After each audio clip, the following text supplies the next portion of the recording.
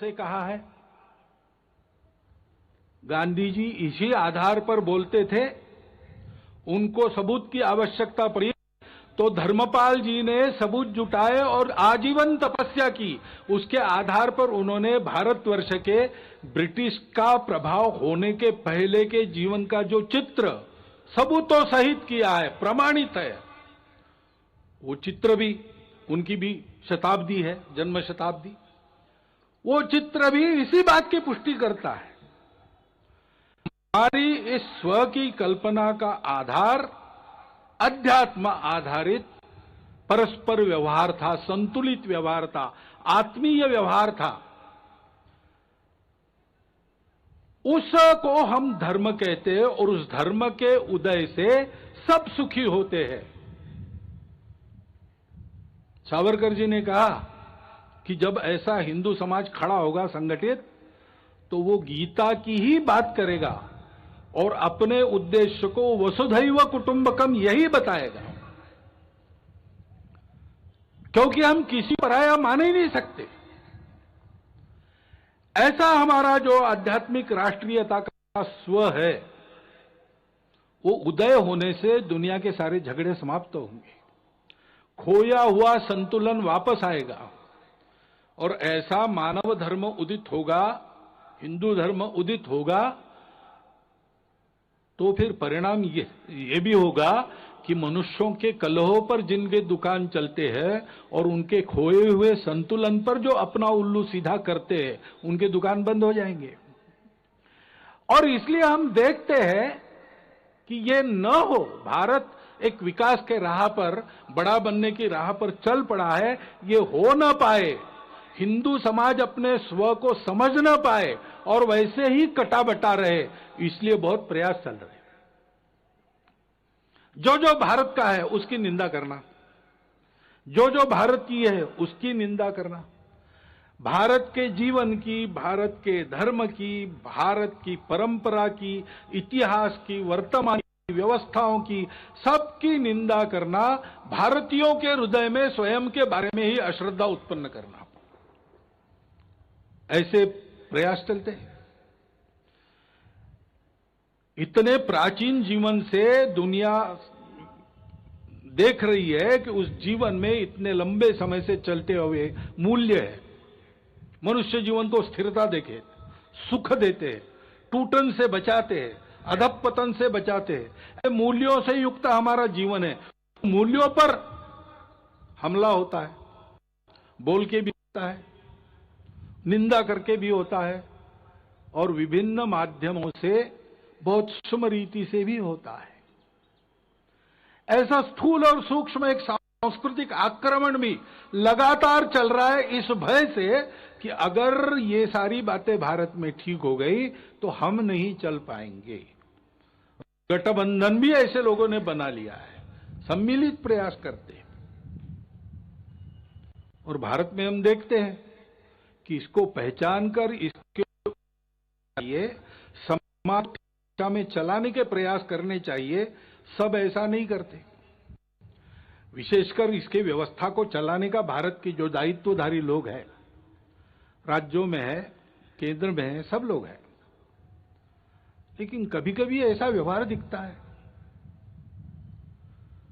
यानी एक भारत का ही राज्य है, दूसरा भी भारत का ही राज्य है, उसकी पुलिस आपस में युद्ध करती है, गोलियों से लोग मारे जाते हैं। हम एक देश के वासी हैं कि क्या है? अपनी राजनीतिक स्पर्धा के चलते और सरकारों का विरोध खड़ा होता है, पार्टियों का है, चलता है, लेकिन सरकारी व्यवस्था के अंदर व्यवस्था तो एक है, संविधान के तहत बनी है। संविधान के तहत हम फेडरल स्ट्रक्चर है, लेकिन संविधान के तहत ही we the people of India, हम एक देश के लोग हैं, हमारा एक देश है, व्यवस्थाएं हमने फेडरल बनाई है, लोग फेडरल नहीं है।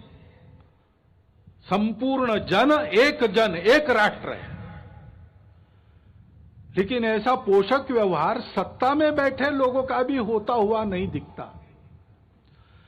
तो समाज को कहां से उद्बोधन मिलेगा, कहां से पथ प्रदर्शक पाथेय मिलेगा? अपने राजनीतिक उल्लुओं को सीधा करने के लिए ऐसे छल कपट चलते हैं उसमें समाज के मन का क्या होता है, समाज में जो भेद है उनको मिटाया जाता है कि उनको और चौड़ा किया जाता है, इसकी परवाह न करते हुए होता है। अब समाज को ही बचना पड़ेगा इन बातों को पहचानते हुए, क्योंकि ये षड्यंत्र चलते हैं असंतोष उत्पन्न करना।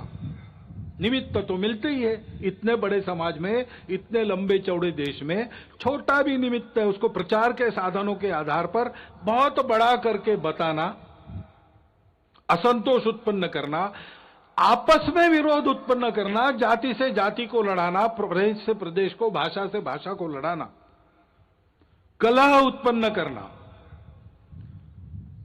और आतंक का वातावरण उत्पन्न करते हुए इसको शमन करना चाहने वाले शक्तियों को दबाने का प्रयास करना और एक तरह से देश में अराजकता उत्पन्न हो ऐसा प्रयास करना, ये भी प्रयास चल रहे हैं। और तकनीकी के आधार पर नई नई बातें जो आ रही वो और आग में घी डालने का काम कर रही।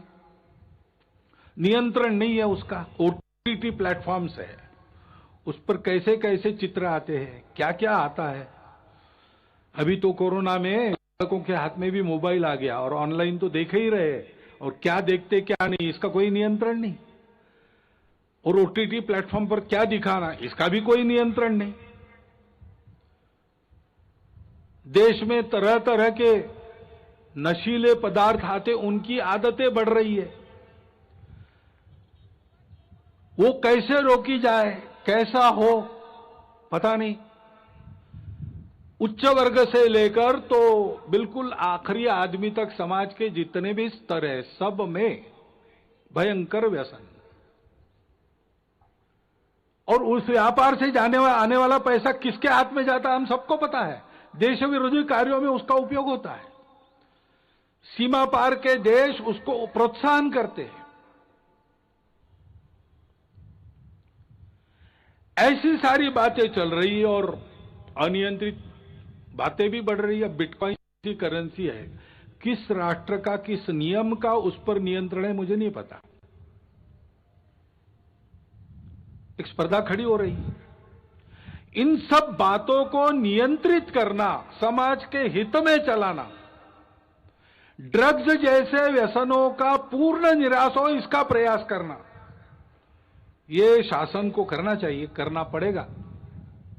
परंतु शासन तो अपना काम आज नहीं कल करेगा, करने का प्रयास कर भी रहा है, वो यशस्वी आज न कल होगा। परंतु तब तक के लिए इसका बचने का और बाद में भी बचने की क्या बात है, कैसे होगा। तो अपने यहां पर एक वाक्य सर्वत्र लिखा मिलता है, मन का ब्रेक उत्तम ब्रेक। समाज का मन तैयार होना चाहिए, नई पीढ़ी का मन तैयार होना चाहिए। बालकों का, शिशुओं का मन घर में तैयार होता है। नव तरुण होने के बाद जब दुनिया में जाता है और दुनिया के आगे खड़ा होता है तो उस व्यक्ति को क्या लेना क्या नहीं लेना, क्या ठीक है क्या गलत है, इसका विवेक जो मिलता है वो घर से तैयार होकर मिलता है, माता पिता के आचरण के उदाहरण से मिलता है, घर में जो अपनी कुलरीतियां पद्धतियां चलती है उसके संस्कारों से मिलता है। उनको ठीक करने से बहुत सारी बात बिना शासन के भी हम कर पाएंगे। और इसलिए कुटुंब प्रबोधन की गतिविधि हमारे स्वयं करते हैं। सप्ताह में एक बार कुटुंब के लोग बैठते और आपस में संवाद करते हैं, मुक्त चर्चा करते, स्वभाषा स्वभूषा, अपना भजन भवन भ्रमण भोजन किस प्रकार से चलता है, कम से कम अपने घर की चौखट के अंदर हम लोग अपने स्व के आधार पर आचरण करते कि नहीं, घर में अपनी भाषा बोलते कि नहीं।